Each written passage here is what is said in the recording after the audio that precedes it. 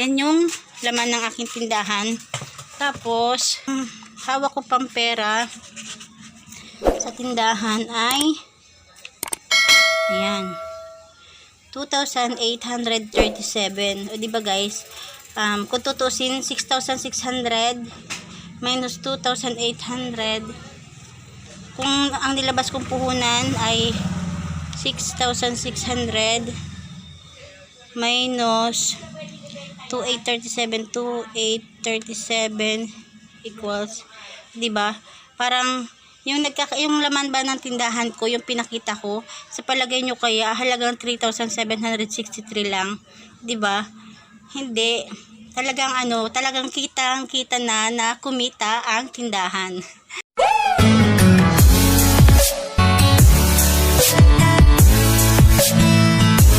Kaya ngayon, kahit papano, ipapakita ko lang sa inyo, yung sa mga nagtatanong kung magkano raw yung puhunan ko.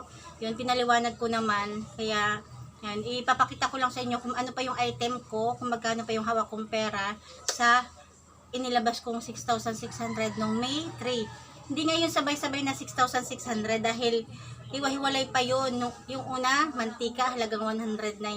Halagang 1,000, ba yun?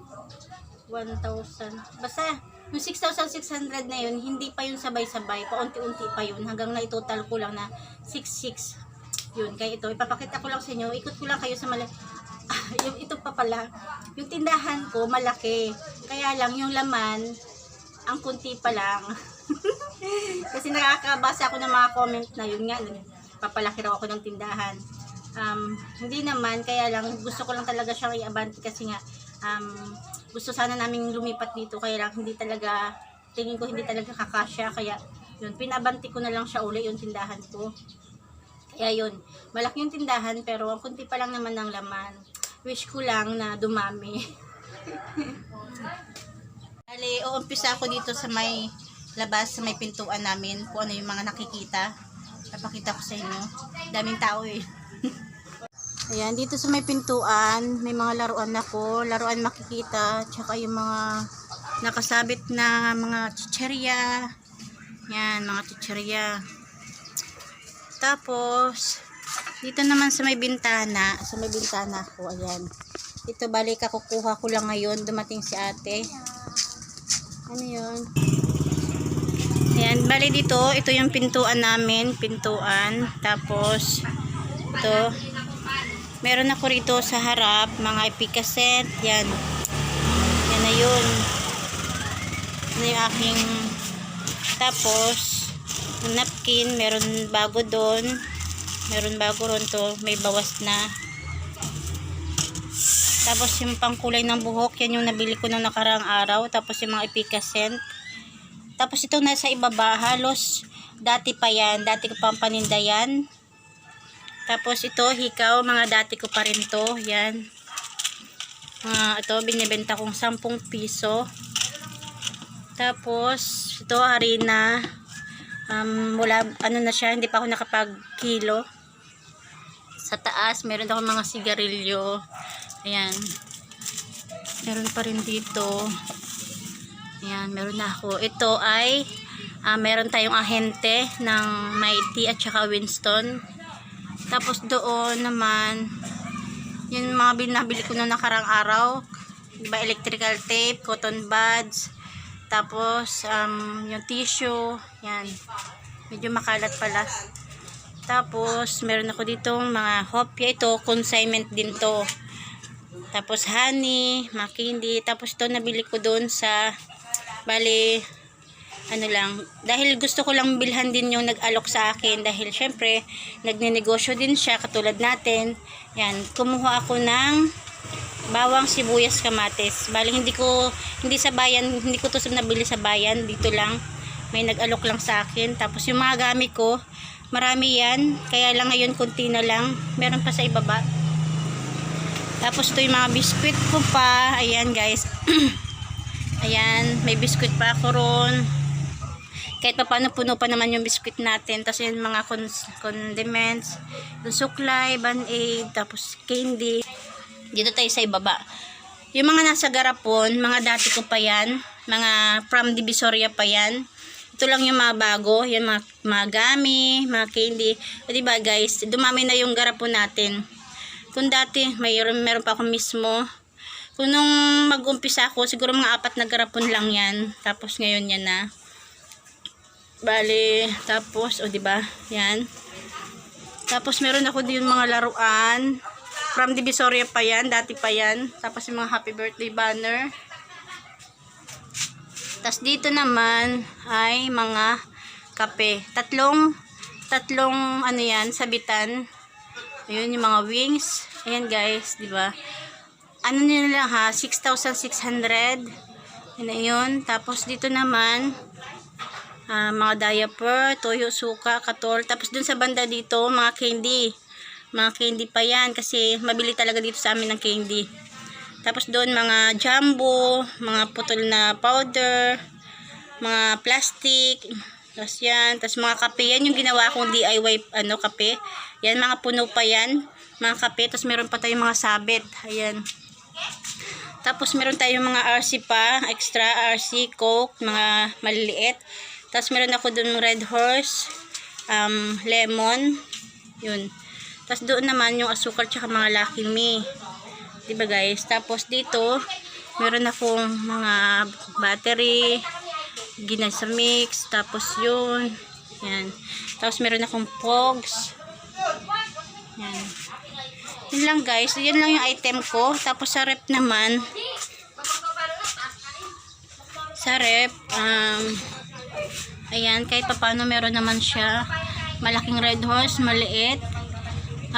Yung maliit, lalagyan ko na siya. Meron akong stock doon, ayun. Tapos mga mismo, Sesto, RC. Wala akong Royal, wala akong Sprite kasi wala daw stock. Tapos ito, bali lalagyan ko na rin siya. Meron tayong kamatis. Tapos ito yung mga reject na itlog na nakadikit sa tray. Pag kinuha agad nabubutas. Yan. Yan lang guys. Tapos, yun. Diba guys, ang laki ng tindahan ko pero ang kunti lang naman ang laman pa niya. Yan. Yan yung mga candy. Talaga yung mga candy, hindi ako pwede mawalan dito. Tapos, tingnan nyo guys ha. Yan yung laman ng aking tindahan. Tapos, ang budget, ang hawak ko pang pera sa tindahan ay ayan. 2,837. O diba guys? Kung tutusin, 6,600 minus 2,800.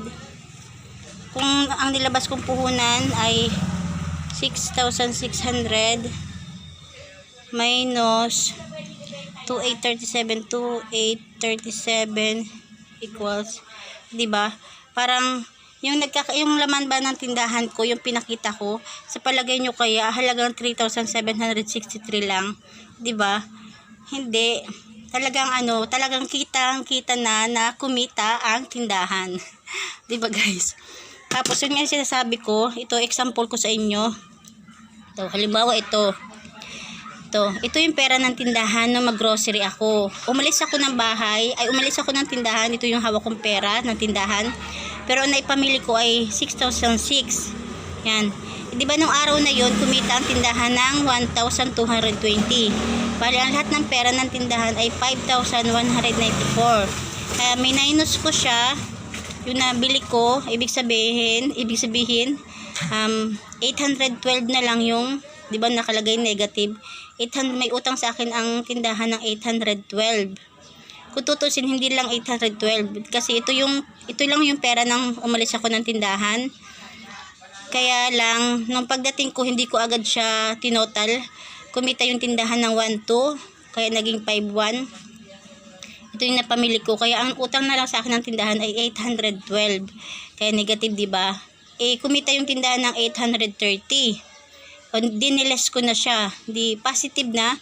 Meron ng 18 pesos ang tindahan. Kaya nung 13, 14, ayan, kumita na uli ang tindahan ng 2,053. O, diba? Kaya bayad na siya sa akin. Meron din ako dito sa kabila sa June. Nung June, ayan, katulad nito, ang pera lang ng tindahan ay 3,811. Namili ako ito, ayan. Kaya niles ko Bali, negative siya kasi may utang sa akin ng 1,632. Yung June 28, kumita ng 660. Kinuha ko na yun. Kaya, ang utang na lang sa akin ay 972. Diba? Hindi pa yan pera ng tindahan dahil may utang pa sa akin 972.